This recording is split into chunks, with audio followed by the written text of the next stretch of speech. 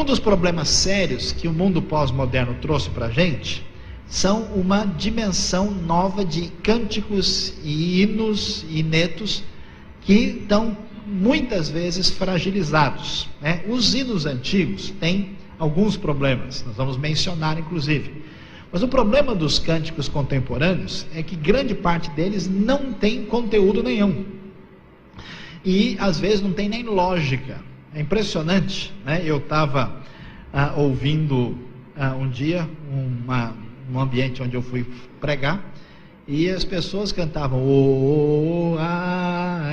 quase que era um elogio das vogais, né? Boa parte da música era só repetir isso. Eu falei, não é possível, o que o pessoal está cantando, né?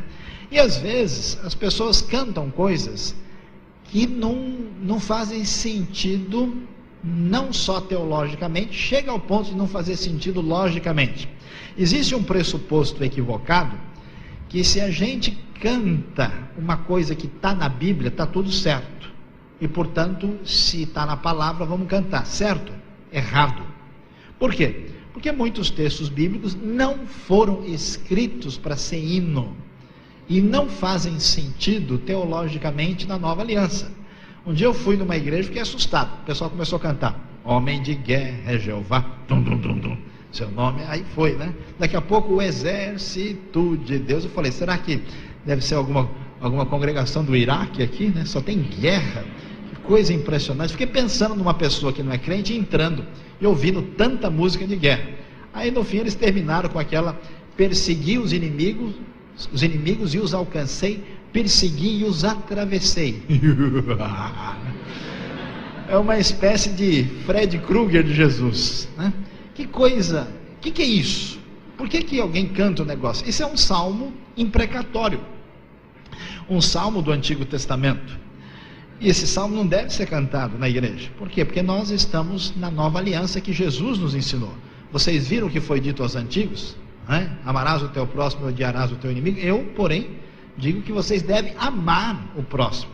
Então nós não temos nenhum direito à vingança pessoal como cristãos, muito menos cantar coisa que não faz sentido. Você pegar o Salmo 3, alguns até brincam, falam que é o Salmo Mike Tyson: quebra os dentes deles, Senhor, arrebenta o queixo dos ímpios. E não faz sentido a gente cantar isso. Por quê?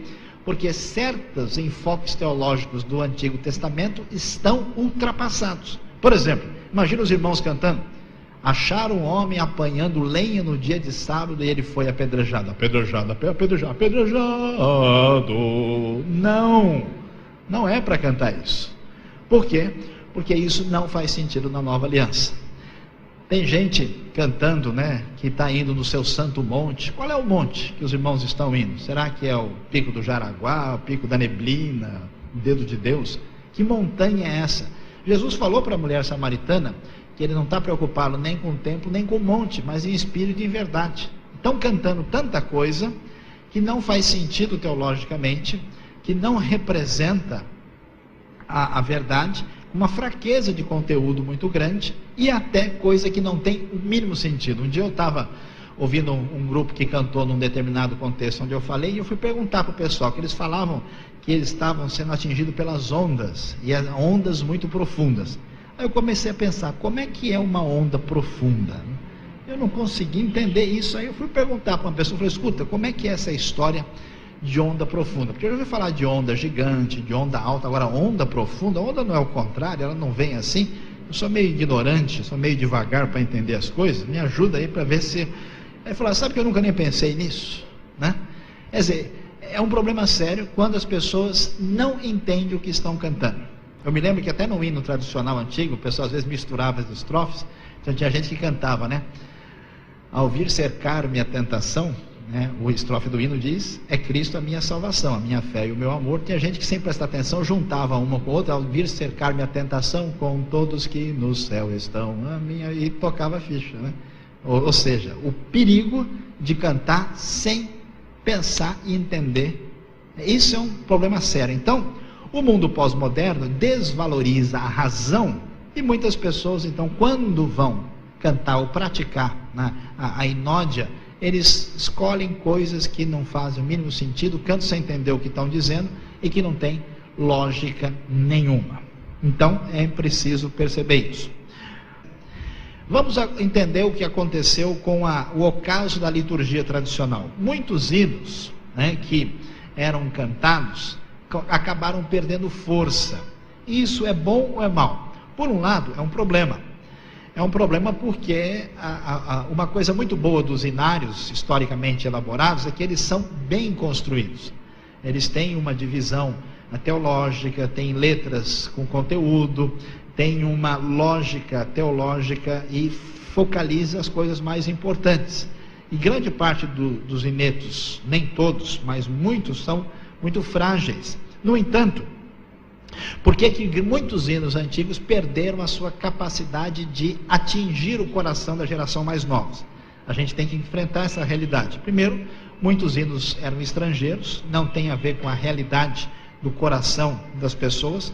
Alguns dos hinos, um problema das igrejas históricas é que, na verdade, se canta geralmente uns 10, 20 hinos e repetem esse hino o tempo todo e sem muita criatividade.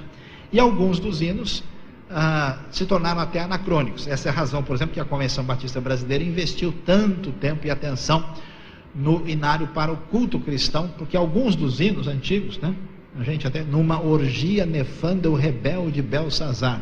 Imagina quanto tempo demora para cair a ficha de uma pessoa para entender o que está acontecendo. Então, essa ventilação na questão da inódia, ela é importante e merece atenção. Por outro lado, o louvor contemporâneo, ele tem alguns aspectos que devem ser considerados. Nem tudo é negativo e problemático. Uma das coisas interessantes que o louvor contemporâneo adquiriu e retomou, que merece atenção. Primeiro, a alegria comemorativa da fé. Os hinos tradicionais, uma vantagem deles é a sua profundidade e a sua intenção teológica acertada, mas a maioria deles é muito limitada na sua expressão de alegria e comemoração, né? Os hinos mais assim fortes que a gente tem é algo do tipo que alegria neste dia, né? Não é uma expressão tão viva. Uma coisa interessante dos hinos contemporâneos, que especialmente a partir da década de 80 começaram até a usar músicas hebraicas, exaltar-te-ei, ó meu Deus, né? É que a coisa ficou assim mais viva, né? Mais forte, né? Na opinião de alguns, menos naftalínica, não sei se eu deveria usar essa palavra ou não, né? E então isso teve um impacto positivo. Outra coisa boa foi uma retomada de uma adoração contemplativa. Até porque uma coisa interessante foi, foram musicados muitas passagens que eram hinos do Novo Testamento, né? Ao Rei eterno, imortal, invisível, mais real, a Ele, né? Nós proclamamos o louvor.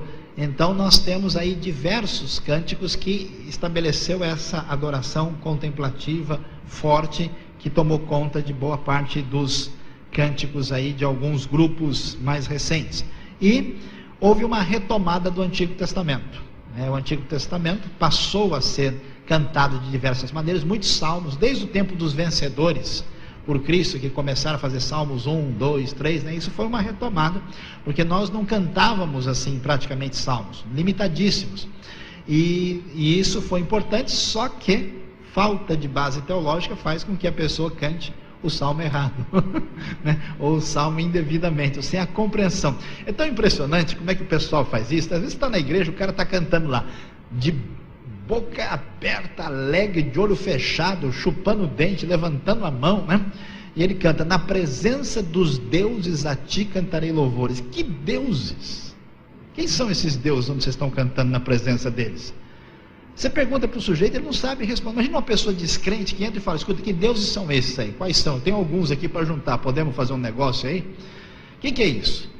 O que o Salmo quer dizer? O Salmo quer dizer o seguinte: que eu adoro Deus verdadeiro, eu confio somente nele, de tal maneira que eu vou cantar louvores a ele na cara dos deuses pagãos, para assim, né, confrontar. Então, diante dos ídolos falsos, eu vou cantar louvores somente a ti.